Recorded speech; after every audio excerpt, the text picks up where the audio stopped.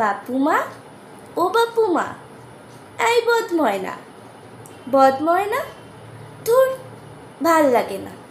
তোরে সবাই কেমন কান্নাকাটি করছিস, সারা ফেসবুক, ইউটিউব, ইনস্টাগ্রাম তোলপাড় উঠে গেছে সন্টু নাকি আর নেই।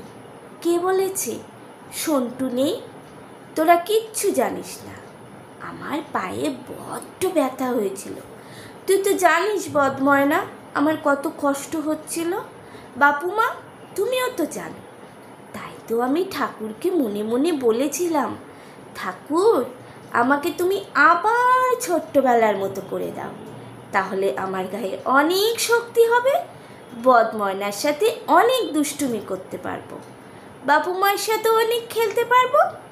তাই তো আমায় ঠাকুর দুদিন লুকিয়ে রাখছে। আমি আবার আসবো তো, আবার ছোট্টটি সেই সন্টু হয়ে আসবো, যেমনিটি করে ময়নার কাছে গিয়েছিলাম ছোট্ট সন্টু, ঠিক তেমনিটি করে।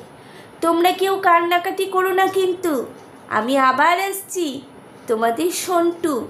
বাপুমা, তুমি কিন্তু কান্না করো না, শরীর খারাপ করো না, আমি আসছি, আমি তোমাদের সন্টু আবার আসছি।